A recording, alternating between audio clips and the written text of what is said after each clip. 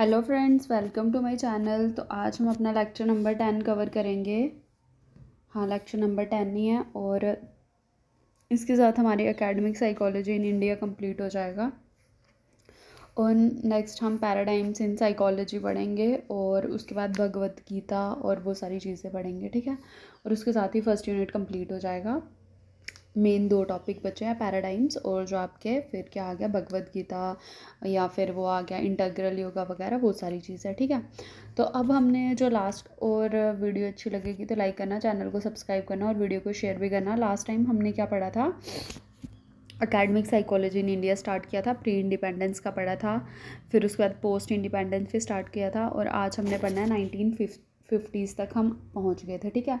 तो 1950s में क्या हुआ कि जो साइकोलॉजी है वो सोशल इश्यूज़ को एड्रेस करना स्टार्ट कर गई थी।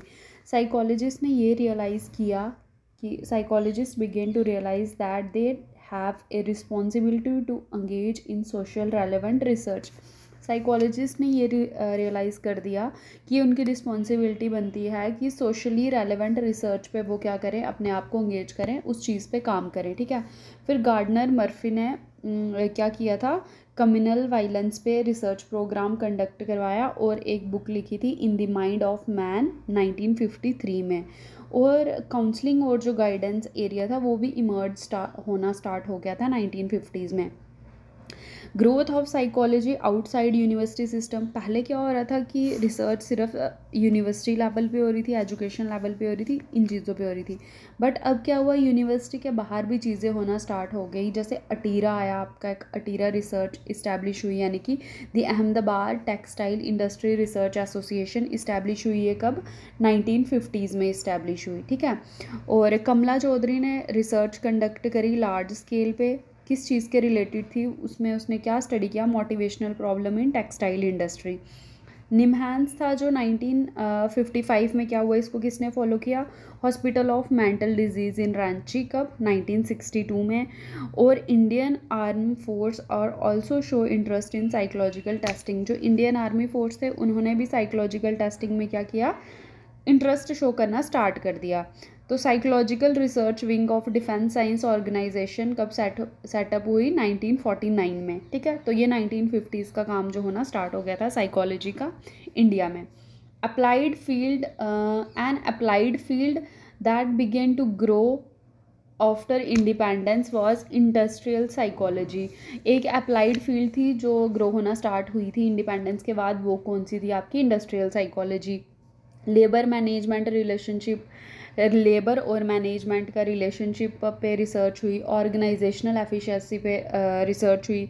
साइकोलॉजिकल रिसर्च प्रोजेक्ट आए, किसके रिलेटेड आए, जॉब एटीट्यूड के रिलेटेड, वर्क इंसेंटिव के रिलेटेड, एब्सेंटिज्म के रिलेटेड, जॉब सेटिस्फैक्शन के रिलेटेड, इन सारी चीज़ों के रिलेटेड क्या आने लगे, साइकोलॉजिकल रिसर्च प्रोजेक्ट आने लगे। फिर एक बुक आई 1961 गोंगली की, कौन सी, इंडस्ट्रियल प्रोडक्टिविटी एंड मोटिवेशन, ठीक है। उसके साथ ही जो आपके एमसी क्लैंट थे, इन्होंने थ्योरी ऑफ अचीवमेंट मोटिवेशन दी, जो कि हम नीड थ्योरी पर मोटिवेशन की थ्योरीज है, जो नीड और थ्योरी आपकी और प्रोसेस थ्योरी, तो नीड थ्योरी में हम इसको पढ़ते हैं, थ्योरी ऑफ अचीवमेंट मोटिवेशन, ये भी आ गई। With the shift in research from industrial to organizational behavior, the interest grew in studying all phases of organization work activities. फिर कम्युनल वायलेंस, कास्ट कन्फ्लिक्ट एक प्रॉब्लम की तरह इंडिया में सामने आने लगा, जैसे कि social prejudice, inter group relation and socialisation of Indian child emerge as a major interest, ठीक है। तो सोशल साइकोलॉजी में ये सारी चीज़ें बाहर आने लगी इंडिया में।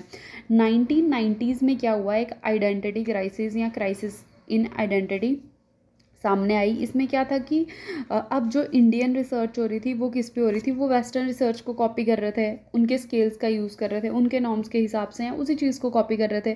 तो अब वो जो वेस्टर्न रिसर्च है वो इंडिया पे क्या हो रहा था, अच्छे से फॉलो नहीं हो पा रही थी, ठीक है। तो इंडियन इश्यूज़ को हम वेस्टर्न रिसर्च को कॉपी करके क्या कर पा रहे थे, अंडरस्टैंड नहीं कर पा रहे थे या फिर उनको सॉल्व नहीं कर पा रहे थे। तो जो केजी अग्रवाल हैं, इन्होंने 1973 में साइकोलॉजी को क्या बोला, एडॉप्टोलॉजी, ठीक है, कि अडॉप्ट करी हुई चीज़। 1977 में psychology in India was seeking its own identity. तो 1977 में क्या हुआ, साइकोलॉजी अपनी खुद की एक आइडेंटिटी क्या करने लगी, बनाने लगी। कहाँ में, इंडिया में साइकोलॉजी अपनी एक खुद की अलग से पहचान बनाने लगी।